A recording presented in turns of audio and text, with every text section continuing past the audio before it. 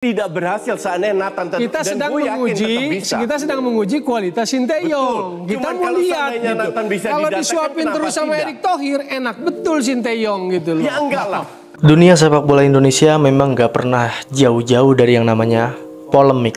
Polemik ini sudah ada dari masa lampau, bahkan sampai kita tua nanti akan selalu ada yang namanya polemik itu. Apalagi kita ngomongin soal timnas Indonesia, yang mana timnas Indonesia itu selalu merepresentasikan tentang kita Indonesia. Apakah kita jago main bolanya, apakah kita buruk main bolanya. Tapi polemik yang mau gue bawain adalah tentang Bung Toel versus Sintayong. Nah teman-teman, Bung Toel ini sebenarnya gue juga taunya ya dia cuma komentator bola biasa gitu. Tadinya mungkin pengamat sepak bola, terus mulai naik ke TV dengan menjadi co-host atau menjadi komentator bola sampingan lah daripada komentator utama dari siaran-siaran bola yang ada di TV kita gitu ya. Setelah itu kayaknya dia berhenti di tahun 2017-2018 gitu ya. Dia berhenti dari dunia komentator jadi pengamat sepak bola lagi yang biasanya gitu. Nah,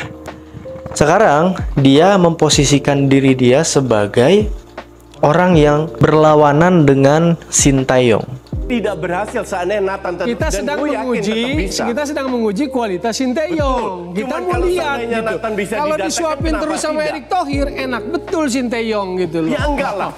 Apakah salah? Tentu aja enggak. Siapapun bisa beropini, siapapun bisa berpendapat, siapapun bisa bebas gitu berekspresi dengan dirinya yang dia mau. Lu bisa bilang Bung Toel goblok, boleh-boleh aja, sah-sah aja. Lu bisa bilang Bung Toel ini bagus banget gitu ya pendapatnya. Lu bisa bilang seperti itu, boleh-boleh aja, sah-sah aja. Karena memang bebas berpendapat itu jadi hal yang mutlak menurut gue di Indonesia. Nah, tapi saking berlawanannya Bung Toel terhadap timnas atau terhadap Sintayong lebih tepatnya, Bung Toel ini jadi polemik yang sangat-sangat luar biasa gitu ya di para pecinta sepak bola Indonesia. Karena dia saking berlawanannya, dia tuh kadang nggak masuk akal gitu dilihatnya ketika kita lihat dia sebagai pengamat sepak bola. Kayak Indonesia lagi ngegolin ya, dia nggak selebrasi.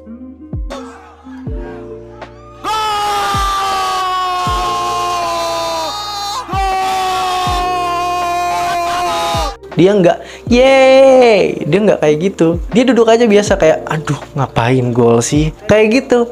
Tapi kita akan bongkar nih, apakah dia memang bener-bener tidak suka gitu sama Sintayong atau seperti apa. Jadi teman-teman, gue mau ngasih tahu aja ya faktanya, fakta menyakitkan sebenarnya ke lu semua kalau Bung Toel itu sedang memainkan peran.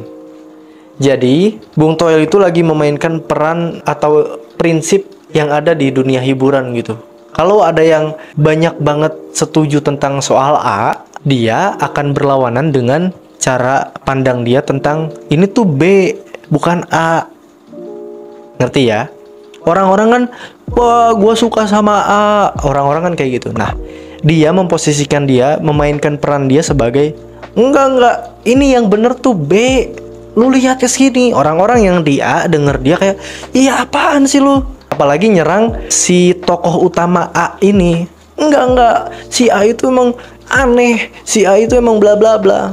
Orang-orang yang mendukung A akan melihat si B ini kok goblok ya, kok tolol. Nah, peran yang dia lakukan menurut gue sangat berhasil. Karena seperti yang lo tahu, dia selalu muncul di TV-TV kalau lagi ngomongin soal timnas gitu ya. Apalagi di channel-channel YouTube yang memang suka ngomongin soal bola, selalu membawa dia sebagai orang yang berpandangan B gitu. Karena memang orang-orang di Indonesia berpandangan A.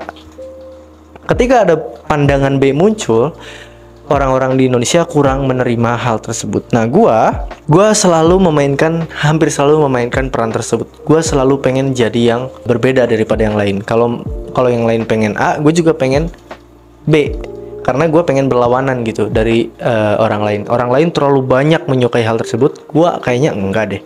Kayaknya ada ininya deh. Nah, peran yang dimainkan oleh Bung Toel menurut gue bagus sekali, apalagi dia memang di bidangnya seperti itu, di bidangnya memang pengamat sepak bola, jadi dia juga bisa ngomong segala macam tuh dengan ya udah gitu, ngomong aja gitu, karena memang dia udah di luar otak lah, di luar kepala dia gitu kalau lagi ngomongin timnas. Tapi bedanya dia seperti yang gue bilang, dia lagi memainkan peran biar dia dapat banyak banget yang namanya spotlight, biar dia banyak banget dapat yang namanya intensi atau dapat yang namanya apa sih, famous atau keterkenalan gitu, yang mana berdampak ke dia secara finansial. Memang secara finansial sangat-sangat besar gitu dampaknya. Kayak dia bisa muncul di TV, itu kan artinya dibayar ya.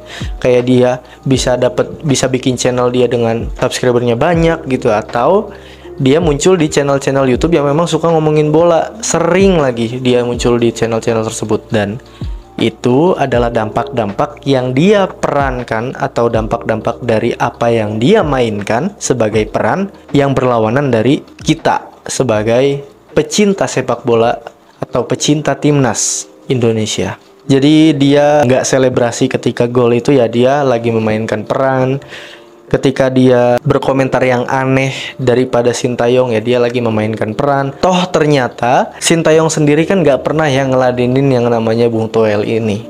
Karena apa? Karena Sintayong aja udah ngerti gitu. Lu tuh cuma main-main sama gue, lu tuh cuma pengen memanfaatkan gue, lu tuh cuma pengen duitnya doang dan segala macamnya. Intinya Sintayong tuh ngerti gitu bahwa yang dilakukan oleh si Bung Toel ini tuh dia lagi memanfaatkan si Sintayong ini sebagai pelatih timnas Indonesia. Apalagi timnas kita sekarang lagi bagus-bagusnya.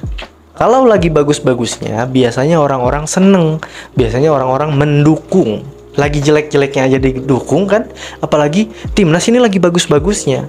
Nah, orang-orang tentu aja banyak banget mendukung gitu.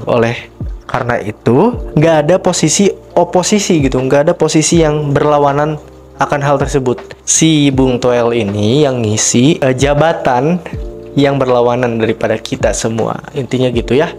Peran yang dimainkan oleh Bung Toel memang menurut gue harus akui sangat-sangat baik sekali. Sampai saking baiknya dia melakukan peran tersebut punya dampak positif untuk finansial beliau. Itu aja untuk hari ini. Gue Rifa Fauzi. Kita akan ketemu lagi di next episode dari podcast, atau lebih tepatnya Siniar Belasan Menit. Ciao ciao.